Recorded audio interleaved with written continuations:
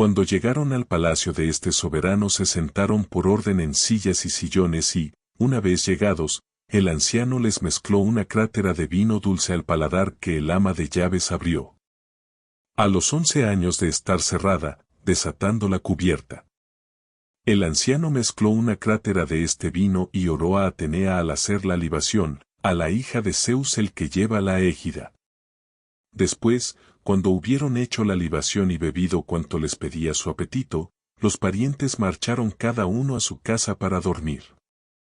Pero a Telémaco, el querido hijo del divino Odiseo, lo hizo acostarse allí mismo el de Gerenia, el caballero Néstor, en un lecho taladrado bajo el sonoro pórtico.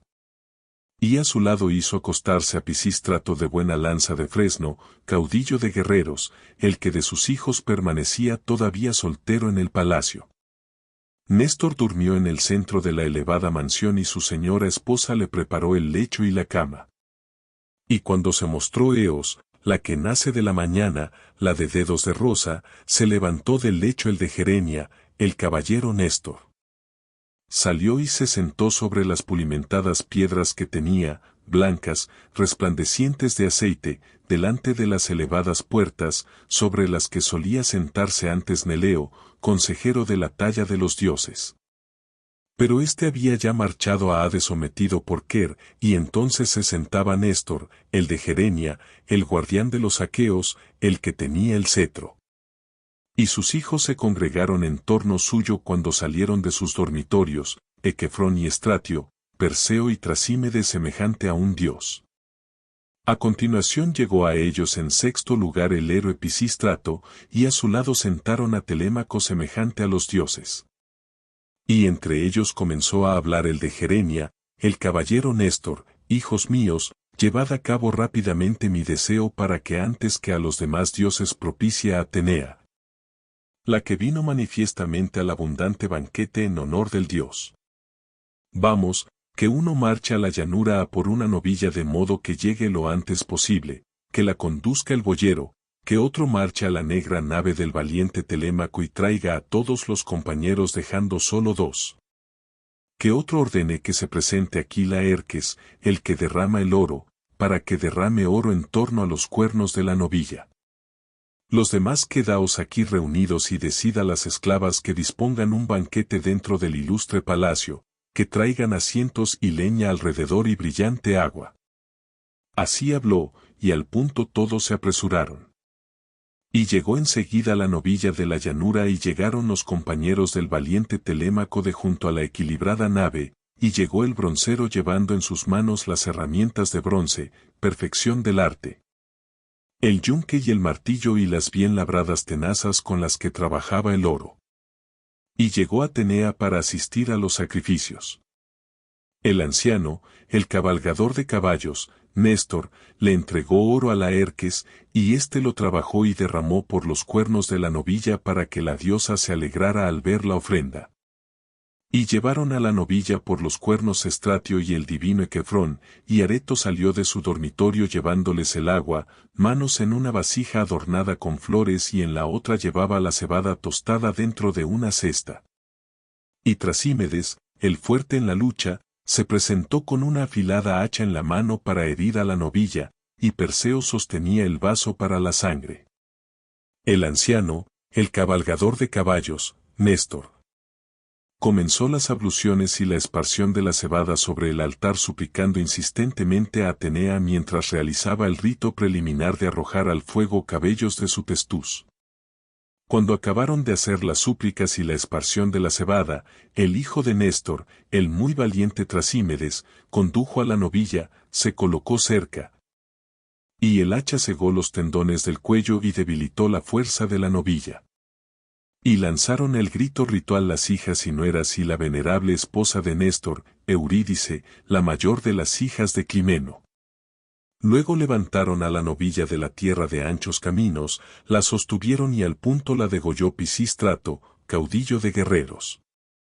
Después que la oscura sangre le salió a chorros y el aliento abandonó sus huesos, la descuartizaron enseguida, le cortaron las piernas según el rito, las cubrieron con grasa por ambos lados, haciéndolo en 2 capas y pusieron sobre ellas la carne cruda.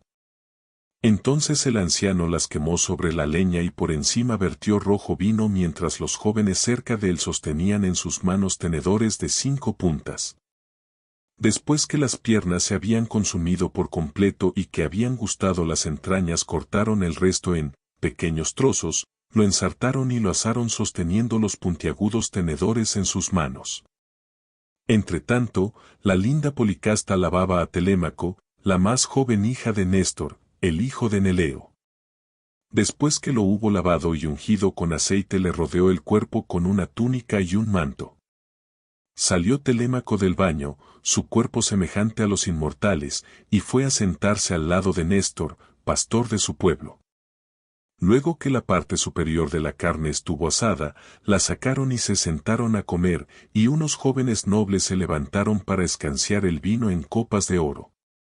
Después que arrojaron de sí el deseo de comida y bebida, comenzó a hablarles el de Gerenia, el caballero Néstor: hijos míos, vamos. Traed a Telémaco caballos de hermosas crines y enganchadlos al carro para que prosiga con rapidez su viaje. Así habló, y ellos le escucharon y le hicieron caso, y con diligencia engancharon al carro ligeros corceles. Y la mujer, la ama de llaves, le preparó vino y provisiones como las que comen los reyes a los que alimenta Zeus. Enseguida ascendió Telémaco al hermoso carro, y a su lado subió el hijo de Néstor, Pisístrato, el caudillo de guerreros. Empuñó las riendas y restalló el látigo para que partieran, y los 2 caballos se lanzaron de buena gana a la llanura abandonando la elevada ciudad de Pilos. Durante todo el día agitaron el yugo sosteniéndolo por ambos lados. Y Helios se sumergió y todos los caminos se llenaron de sombras cuando llegaron a Feras, al palacio de Diocles, el hijo de Ortíloco a quien Alfeo había engendrado. Allí durmieron aquella noche, pues él les ofreció hospitalidad. Y se mostró Eos, la que nace de la mañana, la de dedos de rosa, engancharon los caballos, subieron al bien trabajado carro y salieron del pórtico y de la resonante galería. Restalló Pisístrato el látigo para que partieran, y los 2 caballos se lanzaron de buena gana, y llegaron a la llanura, a la que produce trigo, poniendo término a su viaje, de tal manera lo llevaban los veloces caballos. Y se sumergió Helios y todos los caminos se llenaron de sombras. Canto cuarto. Telémaco viaja a Esparta para informarse sobre su padre. Llegaron estos a la cóncava y cavernosa Lacedemonia y se encaminaron al palacio del ilustre Menelao. Lo encontraron con numerosos allegados, celebrando con un banquete la boda de su hijo e ilustre hija. A su hija iba a enviarla al hijo de Aquiles, el que rompe las filas enemigas, que en Troya se la ofreció por vez primera y prometió entregarla, y los dioses iban a llevarles a término las bodas. Mandábale ir con caballos y carros a la muy ilustre ciudad de los Mirmidones, sobre los cuales reinaba aquel. A su hijo le entregaba como esposa la hija de Alector, procedente de Esparta. El vigoroso Megapentes, su hijo, le había nacido muy querido de una esclava, que los dioses ya no dieron un hijo a Helena luego que le hubo nacido el primer hijo, la deseada Hermione, que poseía la hermosura de la dorada Afrodita, con que se deleitaban y celebraban banquetes en el gran palacio de techo elevado los vecinos y parientes del ilustre Menelao. Un divino Aedo les cantaba tocando la cítara, y 2 volatineros giraban en medio de ellos, dando comienzo a la danza. Y los 2 jóvenes, el héroe Telémaco y el ilustre hijo de Néstor, se detuvieron y detuvieron los caballos a la puerta del palacio. Viólos el noble Eteoneo cuando salía, ágil servidor del ilustre Menelao, y echó a andar por el palacio para comunicárselo al pastor de su pueblo. Y poniéndose junto a él le dijo aladas palabras: hay 2 forasteros, Menelao, vástago de Zeus, 2 mozos semejantes al linaje del gran Zeus. Dime si desenganchamos sus rápidos caballos o les mandamos que vayan a casa de otro que los reciba amistosamente. Y el rubio Menelao le dijo muy irritado: antes no eras tan simple, Eteoneo, hijo de Boeto, mas ahora dices sandeces corno un niño. También nosotros llegamos aquí, los 2, después de comer muchas veces por amor de la hospitalidad de otros hombres. Ojalá Zeus nos quite de la pobreza para el futuro.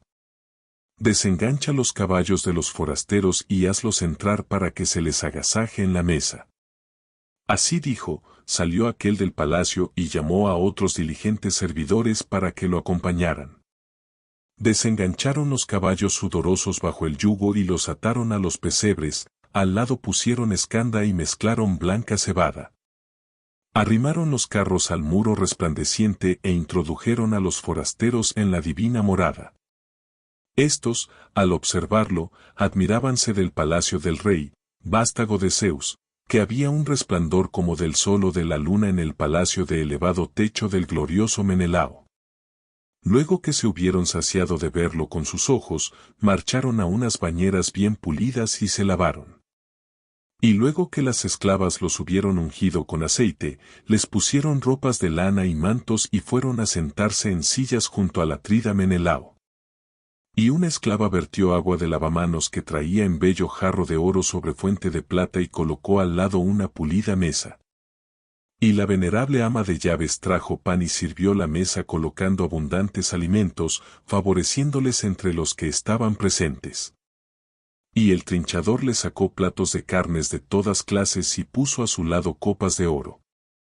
Y mostrándoselos, decía el prudente Menelao, comed y alegraos, que luego que os hayáis alimentado con estos manjares os preguntaremos quiénes sois de los hombres. Pues sin duda el linaje de vuestros padres no se ha perdido, sino que sois vástagos de reyes que llevan cetro de linaje divino, que los plebeyos no engendran mozos así. Así diciendo puso junto a ellos, haciéndolo con la mano, un grueso lomo asado de buey que le habían ofrecido a él mismo como presente de honor. Echaron luego mano a los alimentos colocados delante, y después que arrojaron el deseo de comida y bebida, Telémaco habló al hijo de Néstor acercando su cabeza para que los demás no se enteraran, observa. Nestórida grato a mi corazón, el resplandor de bronce en el resonante palacio, y el del oro, el electro, la plata y el marfil. Seguro que es así por dentro el palacio de Zeus olímpico. Cuántas cosas inefables, el asombro me atenaza al verlas. El rubio Menelao se percató de lo que decía y habló aladas palabras, hijos míos, ninguno de los mortales podría competir con Zeus, pues son inmortales su casa y posesiones. Pero de los hombres quizá alguno podría competir conmigo, o quizá no, en riquezas, las he traído en mis naves, y llegué al 8º año, después de haber padecido mucho y andar errante mucho tiempo. Errante anduve por Chipre, Fenicia y Egipto, llegué a los etíopes, a los sidonios, a los erembos y a Libia, donde los corderos enseguida crían cuernos, pues las ovejas paren 3 veces en un solo año. Ni amo ni pastor andan allí faltos de queso ni de carne, ni de dulce leche, pues siempre están dispuestas para dar abundante leche. Mientras andaba yo errante por allí, reuniendo muchas riquezas, otro mató a mi hermano a escondidas, sin que se percatara, con el engaño de su funesta esposa. Así que reino sin alegría sobre estas riquezas. Ya habréis oído esto de vuestros padres, quienes quiera que sean, pues sufrí muy mucho y destruí un palacio muy agradable para vivir que contenía muchos y valiosos bienes. Ojalá habitara yo mi palacio aún con 1/3 de estos, pero estuvieran sanos y salvos los hombres que murieron en la ancha Troya lejos de Argos, criadora de caballos. Y aunque lloro y me aflijo a menudo por todos en mi palacio, unas veces deleito mi ánimo con el llanto y otras descanso, que pronto trae cansancio el frío llanto.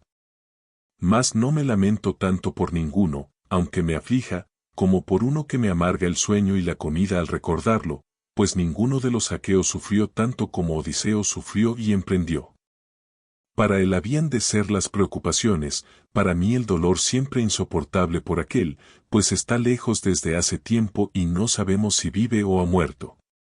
Sin duda lo lloran el anciano Laertes y la discreta Penélope y Telémaco, a quien dejó en casa recién nacido. Así dijo y provocó en Telémaco el deseo de llorar por su padre. Cayó a tierra una lágrima de sus párpados al oír hablar de éste, y sujetó ante sus ojos el purpúreo manto con las manos. Menelao se percató de ello, y dudaba en su mente y en su corazón si dejarle que recordara a su padre o indagar el primero y probarlo en cada cosa en particular. En tanto que agitaba esto en su mente y en su corazón, salió Helena de su perfumada estancia de elevado techo semejante a Afrodita, la de rueca de oro. Colocó a Drastra junto a ella un sillón bien trabajado, y Alcipe trajo un tapete de suave lana. También trajo Filo la canastilla de plata que le había dado Alcandra, mujer de Pólibo, quien habitaba en Tebas la de Egipto, donde las casas guardan muchos tesoros. Dio Pólibo a Menelao 2 bañeras de plata, 2 trípodes y 10 talentos de oro. Y aparte, su esposa hizo a Helena bellos obsequios, le regaló una rueca de oro, una canastilla sostenida por ruedas de plata, sus bordes terminados con oro. Ofreciósela, pues, Filo, llena de hilo trabajado, y sobre él se extendía un huso con lana de color violeta. Y se sentó en la silla y a sus pies tenía un escabel. Y luego preguntó a su esposo, con su palabra, cada detalle: sabemos ya, Menelao, vástago de Zeus, ¿quiénes de los hombres se precian de ser estos que han llegado a nuestra casa? ¿Me engañaré o será cierto lo que voy a decir? El ánimo me lo manda. Y es que creo que nunca vi a nadie tan semejante, hombre o mujer, el asombro me atenaza al contemplarlo, como éste se parece al magnífico hijo de Odiseo, a Telémaco, a quien aquel hombre dejó recién nacido en casa cuando los aqueos marchasteis a Troya por causa de mí, desvergonzada, para llevar la guerra.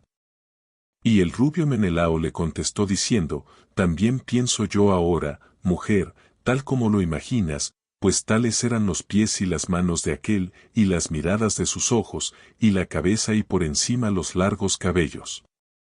Así que, al recordarme a Odiseo, he referido ahora cuánto sufrió y se fatigó aquel por mí. Y él vertía espeso llanto de debajo de sus cejas sujetando con las manos el purpúreo manto ante sus ojos. Y luego Pisístrato, el hijo de Néstor, le dijo: Atrida Menelao, vástago de Zeus, caudillo de tu pueblo, en verdad este es el hijo de aquel, tal como dices. Pero es prudente y se avergüenza en su ánimo de decir palabras descaradas al venir por primera vez ante ti, cuya voz nos cumple como la de un dios.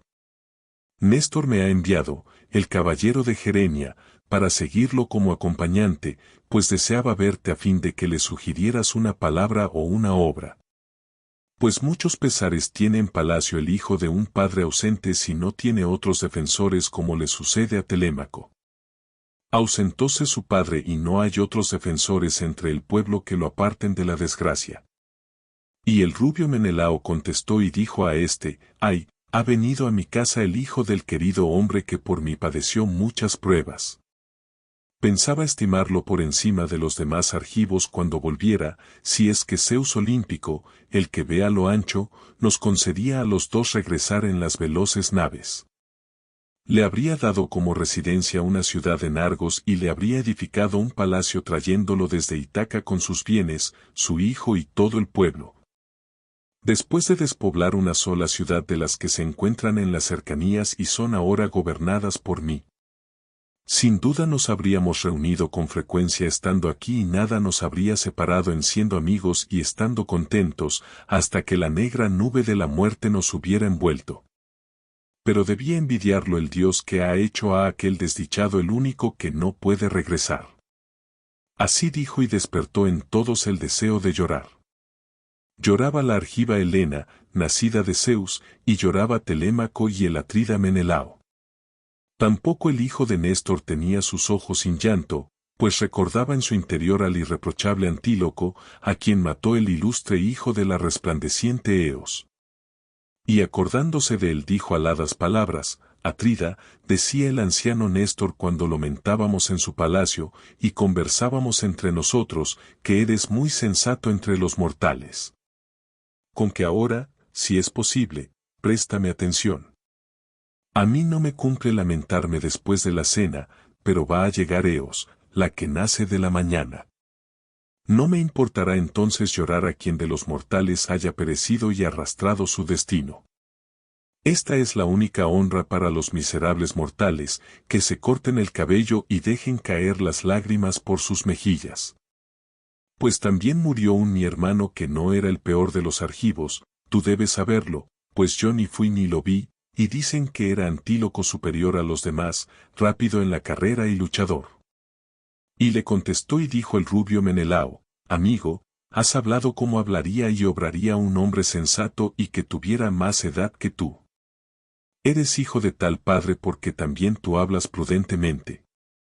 Es fácil de reconocer la descendencia del hombre a quien el cronida concede felicidad cuando se casa o cuando nace, como ahora ha concedido a Néstor envejecer cada día tranquilamente en su palacio y que sus hijos sean prudentes y los mejores con la lanza.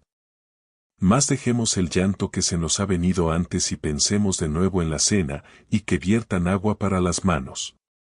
Que Telémaco y yo tendremos unas palabras al amanecer para conversar entre nosotros.